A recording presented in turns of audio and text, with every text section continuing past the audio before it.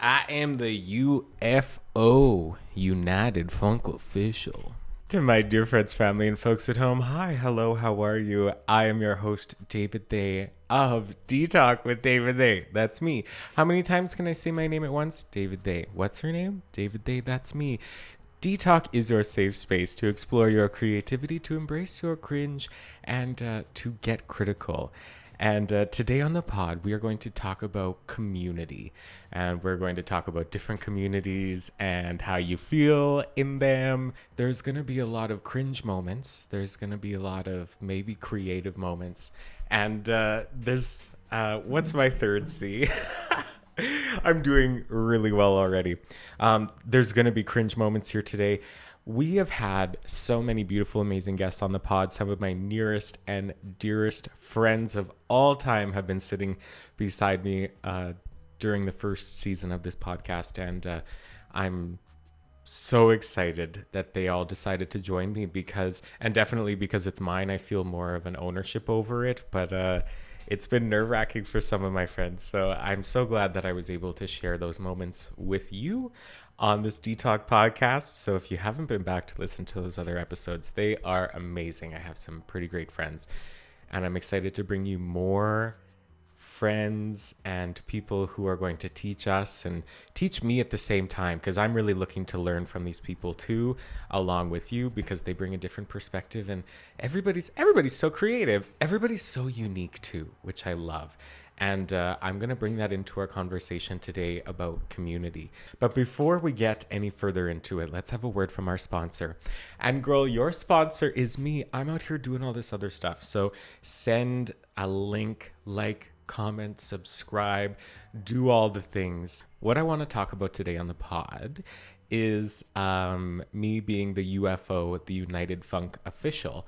No, what I want to talk about today on the podcast is community and how different communities can make you feel. And the reason that I'm going to talk about this today is because last night I went to 2 Christmas parties back to back. And the experiences and the dichotomy of those 2 events and the communities that they brought out really made me interested in talking about these differences, because I had many experiences. And for the first event, I went with somebody, and for the second event, I went alone. And also the differences that I experienced based off of who I went with was something that I want to talk about too. So let's start with the context. Last night at about 6 p.m., I went to a Christmas party, customer appreciation, holiday gala, something. So I have a dermatologist in Calgary, and they had a holiday gala, and went it was in the same building that the dermatology clinic is in, and it was huge. And how am I going to explain really what happened here, keeping in mind that the person who ran this or anybody that works there might be listening, because I know you are. I know you saw me. Anyway, not the point. Okay, so you walk into this building, and it's like a big ballroom foyer, and there's a DJ and huge Christmas trees, and everything's really festive, and there's swag bags with skincare. I don't know where I put mine. I think it's still in my car. Nuts. Anyway, wanted to look at that. Looked like some good under eye cream, because, I'm not getting any younger.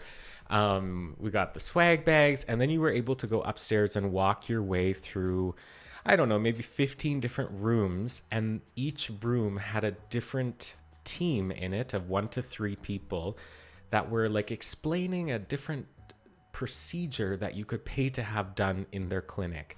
So the big machines that refinish your face with a little wand or a light or CO2 or whatever. There were a bunch of those machines. There was a hair loss room. There was a hair removal room. There was a collagen room or a Botox room and a filler room. And every time you would listen to somebody's spiel, kind of like a timeshare thing, you had to sit and listen, they would give you what is called a golden ticket. And you would put your name and phone number on that golden ticket, and you could put it into any of the rooms, because there were draws, sometimes up to 3 in each room, of something that you could win. So the whole premise is you walk around through all the rooms, you listen to them explain their thing, and then you get the golden ticket, and you could collect them and put them in any room that you wanted if there was one thing that you really wanted, or you could spread them out and whatever. And I just, now that you understand the premise and the food there were free drinks. We started with champagne, and then the cocktails were free, and you could really feel everybody get drunker as the night went on, as it typically happens. But because of the specific dynamic of who was there, it was really weird. So, okay, let's go ahead and build your archetype for the type of person that was at that event last night. Everybody was in black. 97% of people were in black, and there was usually, it was all black, and the outfits were very chic. It was the chicest looking group of people I have ever seen. And everybody was in all black, like pantsuits, dresses, pants, like other kinds of things. Women's fashion really has a lot more to offer than men's fashion in mainstream anyway, or what you can buy in a store. Yeah, well, no, not anyway. Everybody was very chic, and they were in all black. Did I say they were in all black? And then you would either have a feature, and that feature would be pleather, or that feature would be glitter.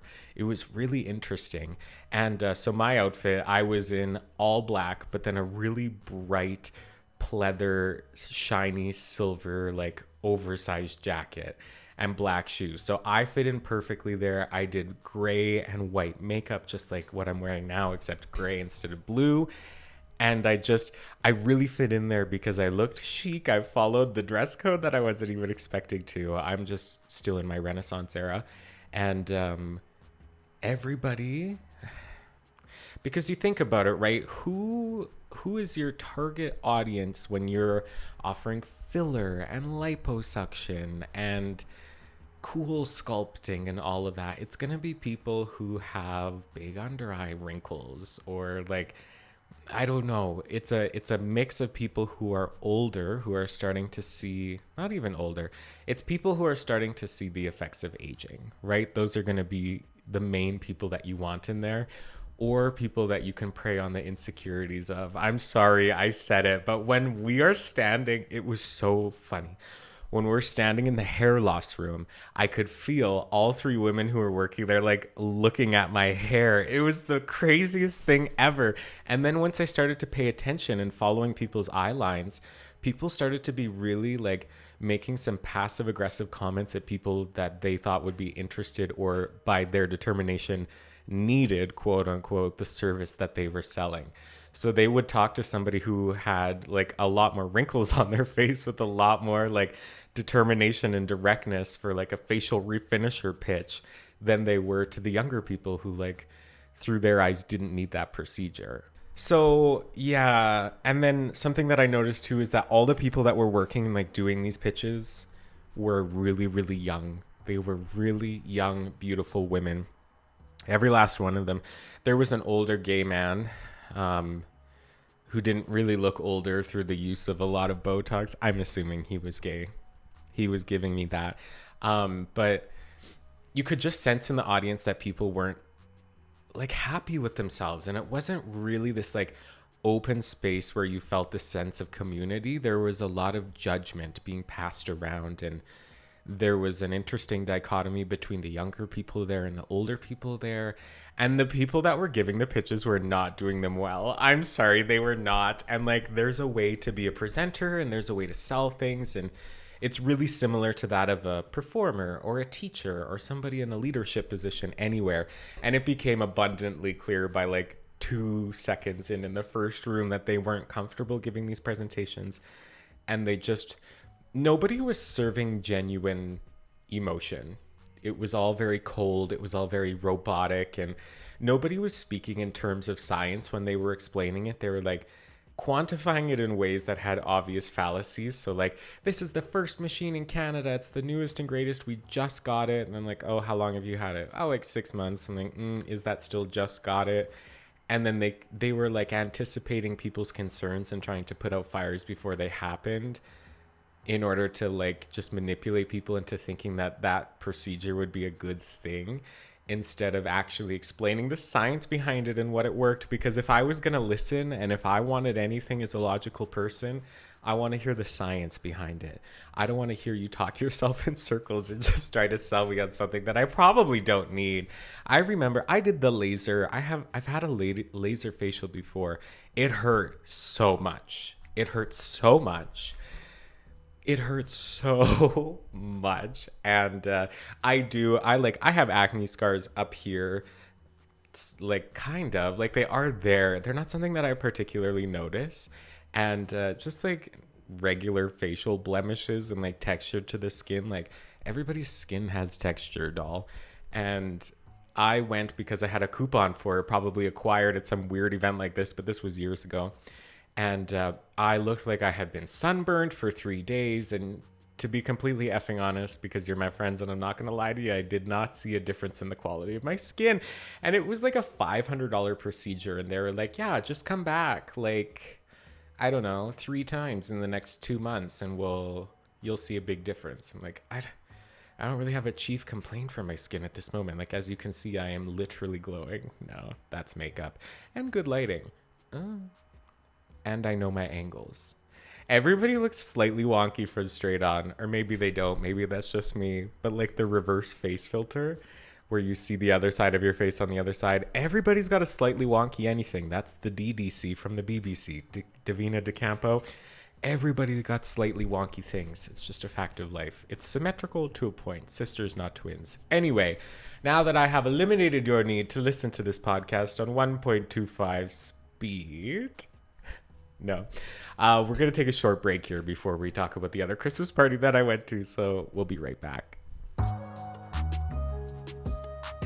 One last thing that you need to know about that first dermatological holiday gala is that the cocktails were awful. The drinks were bad. The macarons were really good. Not the dark blue ones, but the white ones. The white ones were delicious. I had so much sugar. Buffet style. People are shown to eat more when it's buffet style than served. Anyway, ate way too much. So finished that event, and there was an overall sense of judgment, and like I got the deep sense that people who were leaving that event felt worse about themselves than when they went.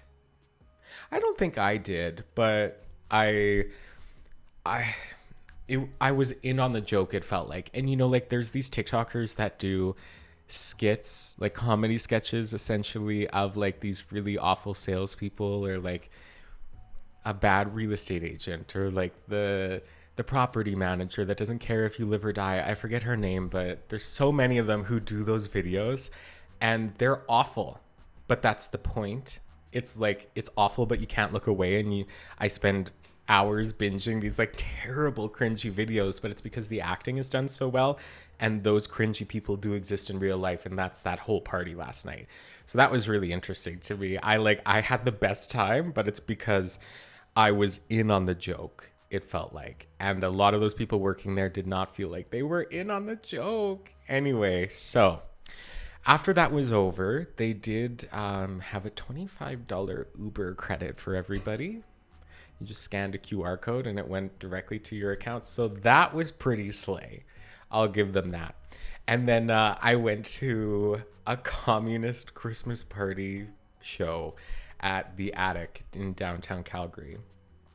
And so I drove. This show was supposed to start at 8:30, but it didn't go until like 9:10. And I arrived at like 8:45, which was perfect. Thought I was late, but nothing queer runs on time. And as you could see, maybe there was plans to film today with the sun. If you're watching, or if you're just listening, it's pitch black outside. But that's because it's winter. And it's so dry. I'm just constantly applying chapstick. The chapstick application is constant.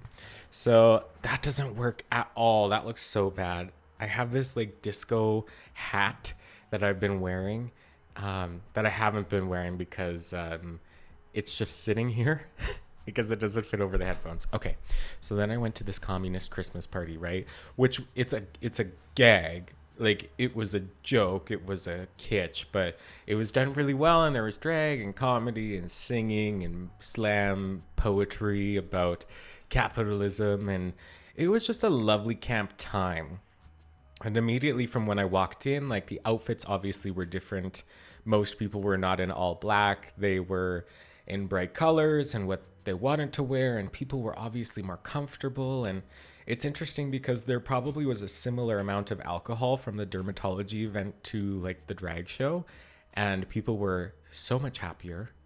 And I didn't really notice the big difference in community because I spend my time at queer events. And, well, at good queer events. Sometimes there's this bit of dichotomy when it comes to queerness. And there's like the feminine side and the masculine side. But I think, wow, does that masculine side... No, that masculine side isn't only presented by cis men.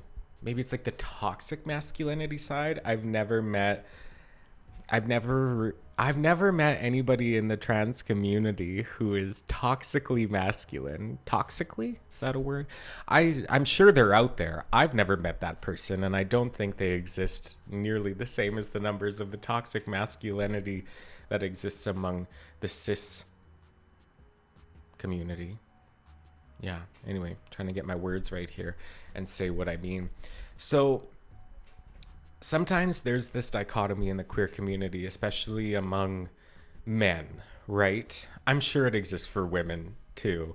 And again, I've never noticed that in the trans community of people engaging in toxic masculinity. Maybe it exists. I don't have that experience, so whatever. I can't speak to anything else. But if we're looking at queer cis men, right? And sometimes there is this dichotomy. I'm going to keep saying that. I'm going to keep talking in circles because I want to say what I mean. Okay, this is the one. I feel it. Sometimes in the queer community, especially among cisgendered men, there can be some toxic masculinity that still exists overall within the queer community. So what I mean by that is if we're thinking of the people who are, I don't know, like sometimes there's queer clubs that you go to and there's drag and people are quite feminine and there's lots of makeup going on and it's just a more open, accepting space than some clubs that you go to and there's go-go dancers that look like they've come out of like magazines and straight from Pornhub, right? And they're just all super masculine and nobody's really in makeup and they're in masculine clothes and they're dancing and they have abs and whatever, right? Like you can be feminine and still have abs. I am not the example of that. I only have one of those things. But, well, I mean, no, I do have abs. Everybody has abdominal muscles. They're just not particularly visible.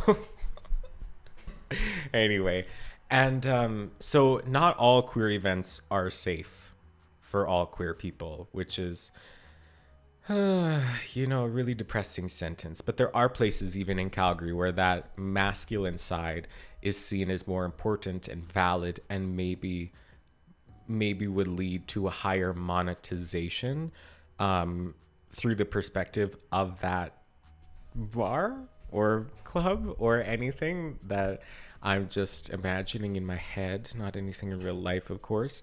But I don't particularly feel safe in those over masculinized spaces. If it's heterosexual or homosexual in nature, it's obviously sometimes more comforting in the heterosexual nature, because you would think that because you're both in the queer community, there would be this connection, but sometimes there's just not. Anyway, I don't know why I was bringing this up. Oh, because I said all queer spaces are safe spaces, and lots of them are. So many of them are, probably the majority, but some of them think that masculinity is more valid than femininity, and that's really hard for a lot of people, including me. Like, this is how I like to show up in the world, and I don't really care if you have abs. I don't care if your abs are visible. There's a difference there with the distinction. So yeah, but anyway, I went in right away and I noticed that this wasn't going to be an ab space. This is going to be a fab space. Ooh, trademark. And the show started, and it was so nice, and people that I didn't really know were coming up to talk to me, and I got to meet people that I had seen before, and we're just chit-chatting. And that's the grace of having a show that never starts on time. Your audience consumes more alcohol, and they might tip you more, and you get to make more friends in the audience. I love going to places by myself. So I went to the first event with one other person, and the second event I went to on my own, right? And I know a lot of people who are really uncomfortable going places on their own. And sometimes, if not all the time, I am also uncomfortable with going places alone. But you must think, what is that actual level of discomfort? Like, can you actually sit with that level of discomfort, acknowledge it, and still go somewhere on your own to do something that you want to do? Like, at the end of the day, I wanted to go to a show that I wasn't in. I just wanted to watch. And while it is nice sometimes, most times, if you like the person or the people that you're with, to like have a collaborative watching party, right? To go as a group, to sit down, to chit chat in the intermission, somebody to go outside with it at intermission, outside, all of those things. But the attention wasn't going to be on me because I just wanted to be a viewer and go see the show, right? So people were very femme. There's a lot of like good performances going on, having a great time. And then I go outside at intermission, and there's this man, Hamilton? No, that wasn't his name. Esterhazy? No, that's a small town in Saskatchewan. That wasn't his name. Herringbone? I don't remember what. Hemingway? I don't remember his name, but it was something long like that. And he was a comedian, and he gave us some jokes on the street, and they were okay. They were okay. I don't remember what they were. I tried for a long time last night as I was falling asleep to remember what jokes he said so I can write them down. They as soon as he started talking though and told us he was a comedian and started telling jokes, I was like, oh no, please don't Matt Rife us right now. I can't handle that. Actually, I can handle anything that life throws at me, and you should be able to as well. Anyway, so he's giving us these jokes, and he described himself as straight, and he, him, you know the vibe. Boot cut jeans, thick sweater. It's the vibe. Leather jacket with like, not the point. And he was like, so what does queer mean? And you know what? I'm an educator. I've explained this question many times. And you know what? I could explain this word queer to you right now, for what I said to him. And the answer to that is that throughout history, queer has not always been aligned with what we now know as the queer community, the LGBTQ2S plus community. I feel like I forgot IA in there, but I love the 2S and then the plus. 2S is two-spirit. I don't know if a lot of people really know that one. That's the question that I answer the most when I say that in spaces where queerness isn't really known or familiar.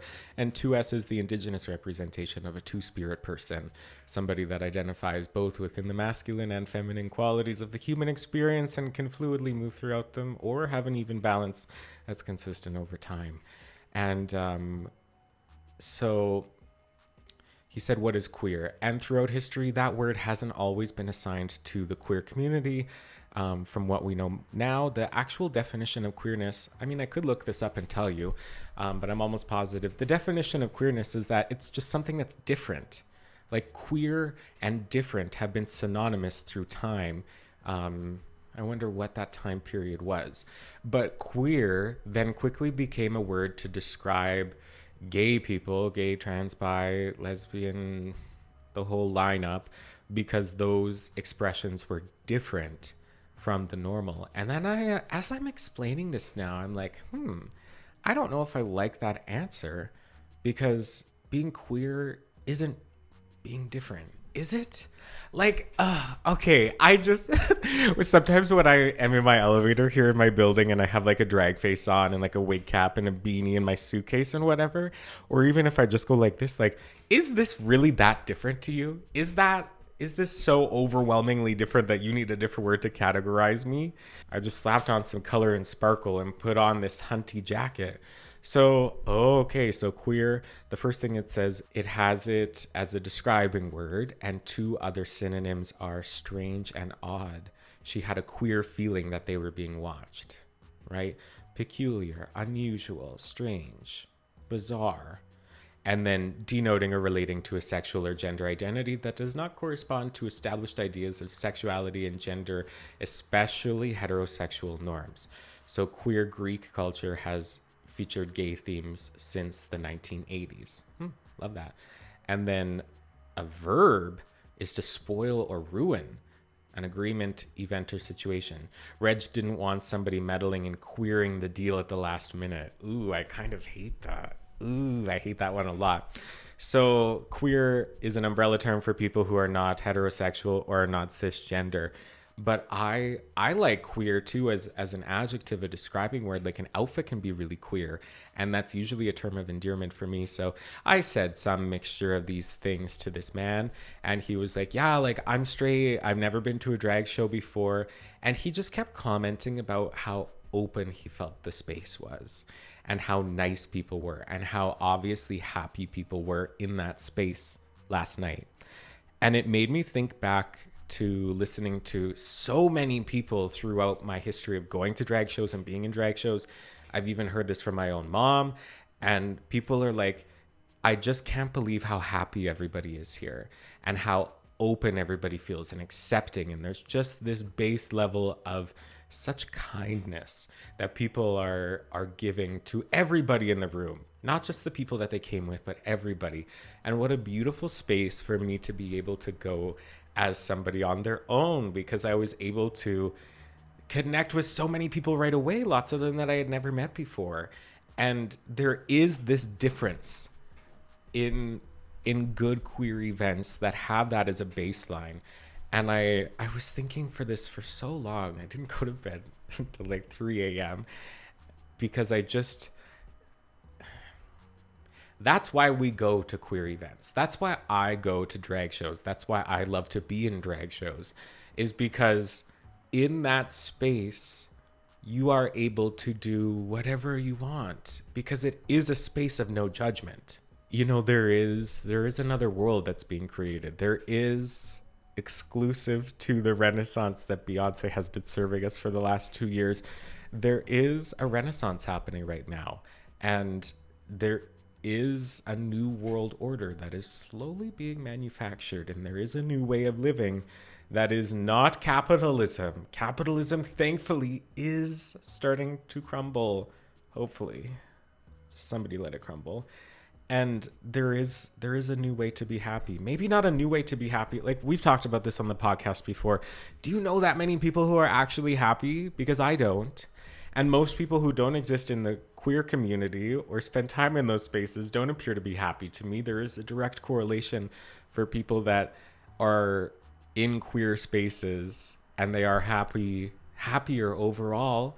Last winter, I was in such a deep depression because I was in Lethbridge, Alberta, with no queer spaces. Summer drag shows would happen, and there would be so many things, and I would be out and coming to Calgary. And just when winter happened, I was also on Accutane, which might have been part of it. But it's probably a lot of it.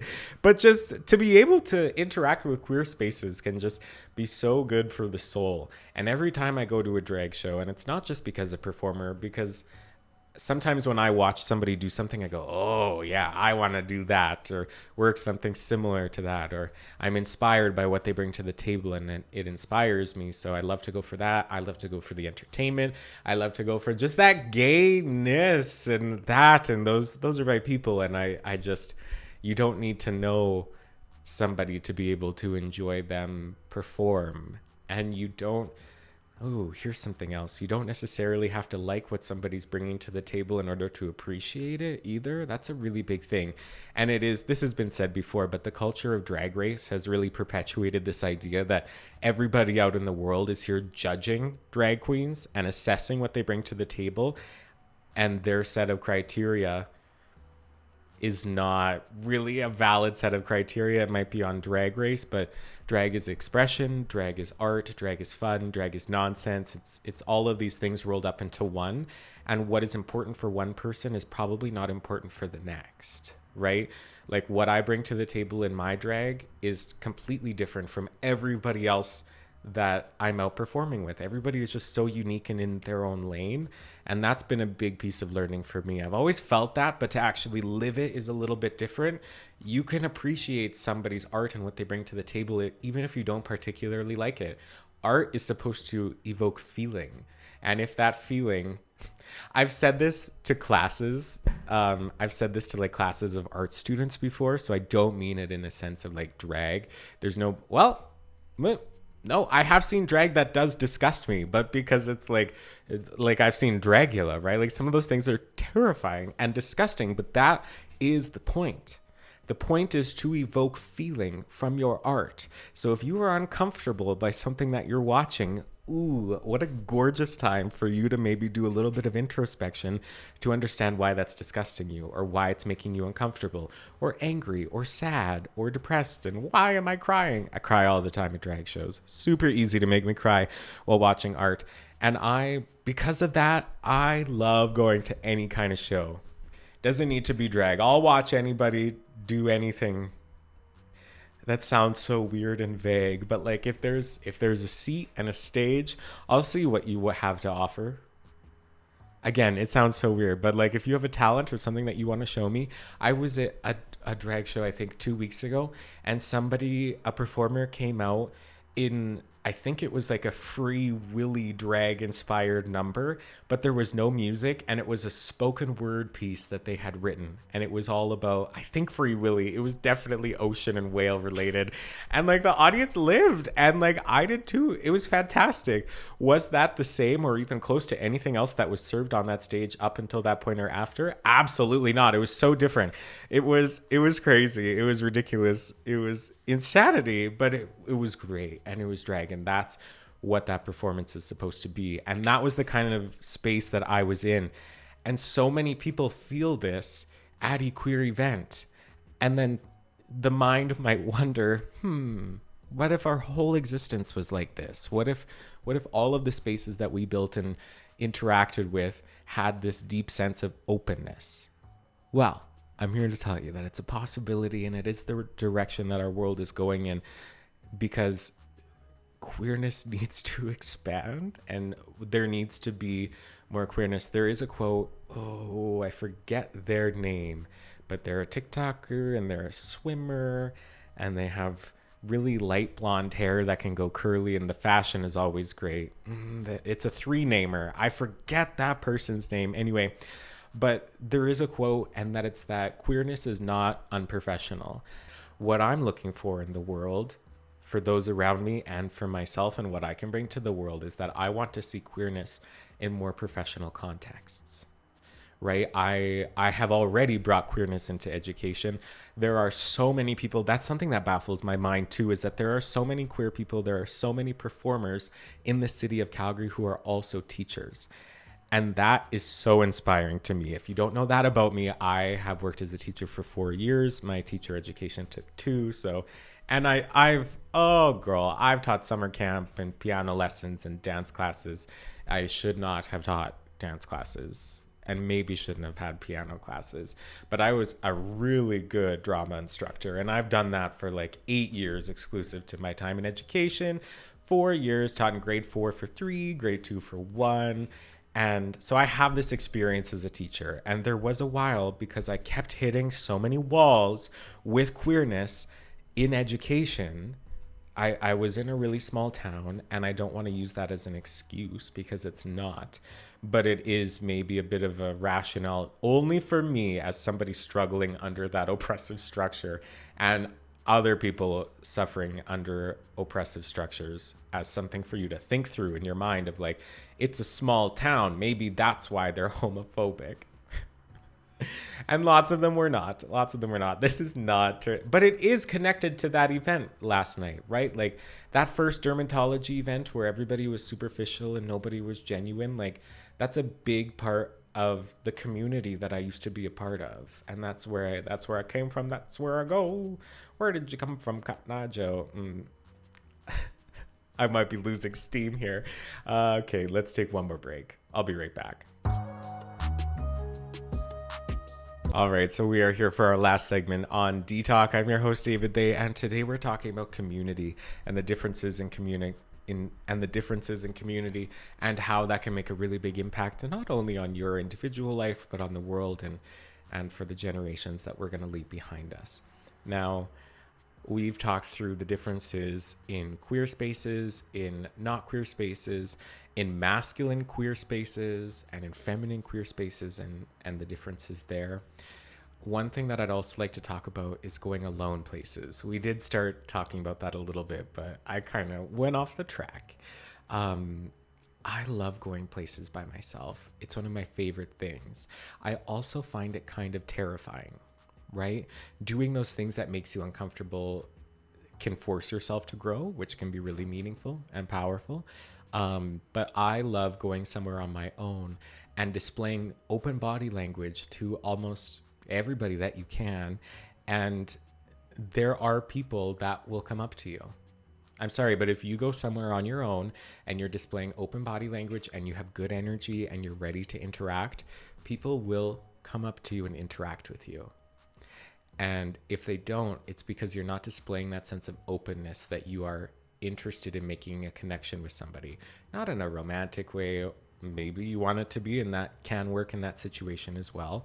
But in just like a nice interaction way, because I love going out with the intention of meeting new people. It doesn't matter to me if I never see that person again or if we become best friends. And both of those things happen.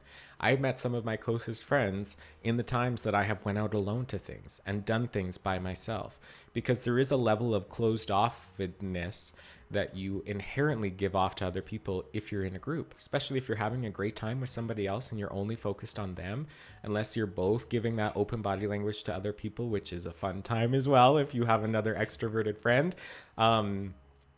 It forces you to grow, and I usually have the best time when I go somewhere on my own. So I went to that second show on my own, and everybody really accepted me really quickly because I was open and there to have a good time. And that just wouldn't have happened in the first event. People gave me a lot of compliments on my makeup and my outfit in the first event, and it was all fake, but it just wasn't genuine. They saw it as something, they saw my outfit and makeup, maybe something that was flashy and different, and decided to make a comment on it, but it wasn't really real or genuine. And then at the second event, I was getting compliments on my personality and my sense of humor and things that are about me and maybe a little bit more closer to my genuine self than the things that I decide to put on my face and body. Those personality traits, those characteristics, maybe are seen as a little bit more valuable in feminized queer spaces. And that's something that's really valuable. Because at the end of the day, your personality is what brings you through life. It's not what you put on your body. It's not the makeup you do. It's not necessarily the job you have. It's your personality, and it's how you navigate yourself through the world on a regular basis is who you are. So, the differences in those two events. I had such a good time in the second one. I did have a good time in the first one. It just wasn't the same. So if you are somebody listening to this right now, and I do hope there's straight people listening to this. I hope you're here. And if you're here and if you're looking to learn and you're open to learning, I'd love to share my experiences with you and take that. But also, if you're a queer person here and you know everything that I'm saying, but it feels good to listen to somebody else say it, I'm so here for you too, because I love listening to people explain through their own perspective what they think on things that I know I agree with, and it can be comforting, and I'm here to support you as well. So the last thing I want to talk about today is a bit of a soapbox moment for me. We did talk about it a little bit in the beginning of this podcast episode, and that is your mindset. And we're going to talk about a growth mindset and a fixed mindset and how that can really impact and how that connects here to the two spaces, the two Christmas parties that I was at last night. So that fixed mindset is that first party, right? That really rigid, like, this is the way that the world is supposed to be. Here's my role in that world. It doesn't extend beyond these parameters. And the way that I think everything works right now is the final and definite answer forever, right?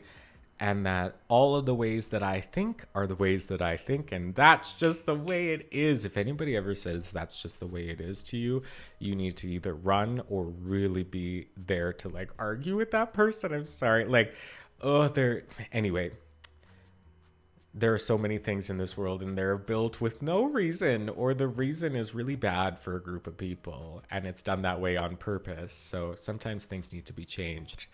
A lot of times things need to be changed anyway.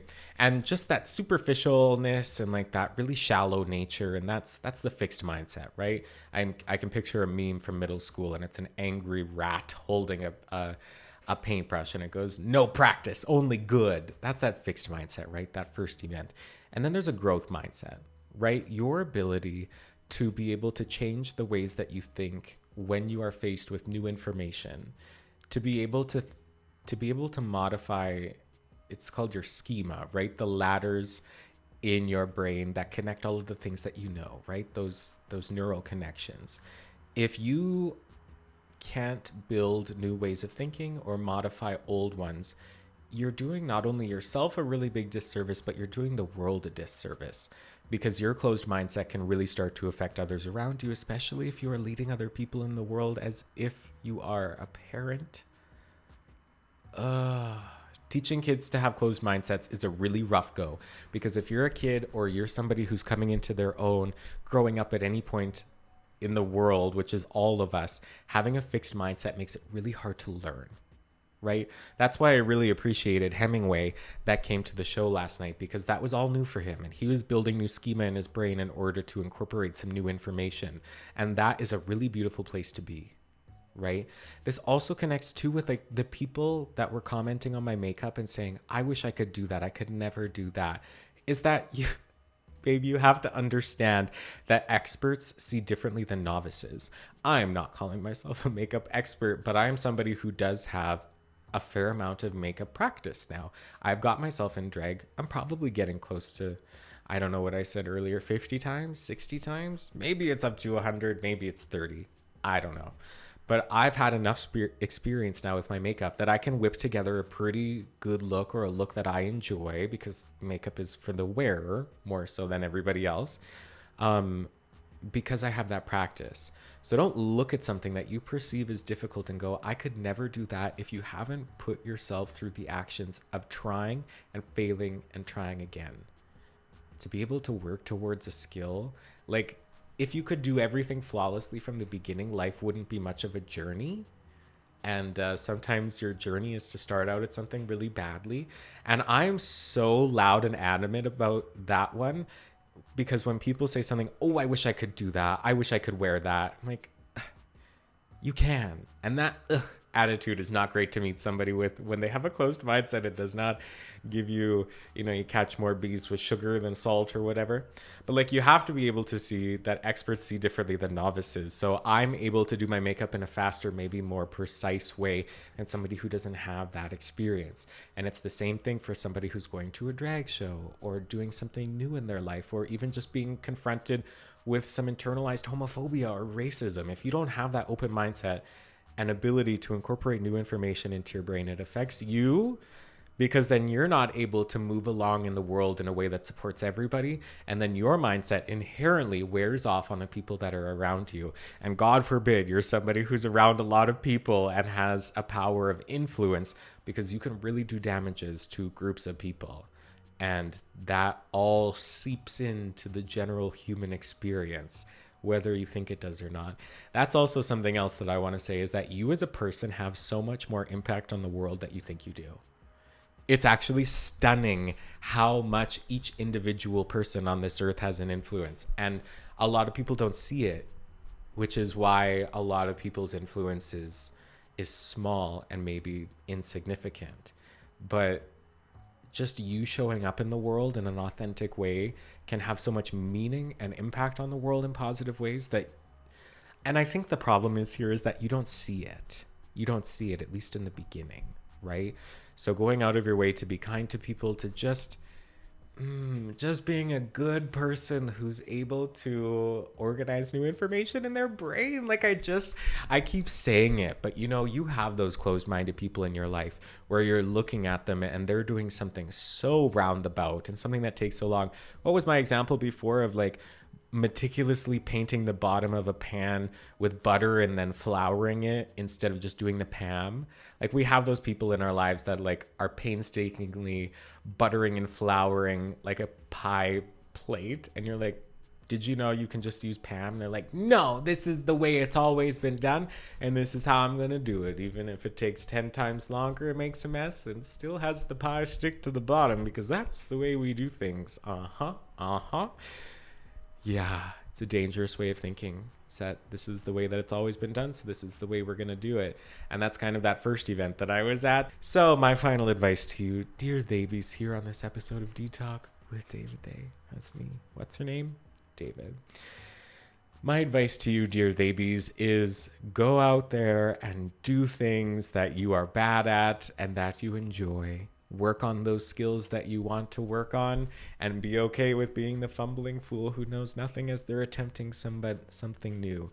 If you're not cringing at your past self, you are not doing things correctly. And sometimes if you have that old footage of yourself, you can put it online and react to it for some more interesting content. If you're somebody who's exploring that might be a hint at what's coming for me on this channel. And so check me out on YouTube, David_they, the same username, David_they. David_they goes for TikTok, and then Instagram is David.they. Different.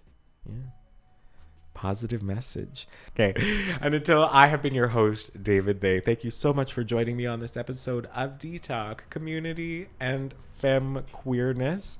And next time we will be talking with whoever the hell, but it'll probably be me because it's my podcast here on D-Talk with David They. I've been your host, David They. Thank you for talking with me so much today on this episode of D-Talk After Dark, your safe space to explore your creativity, embrace your cringe, and to get critical, because you do need all three to survive. That was really bad, but this thing weighs like 11 pounds. So if I toss that, this is so bad. What do I look like? I don't know. I look like something though. Well, I broke up with the birthday cake. Okay. Welcome to Renaissance. Okay. Bye.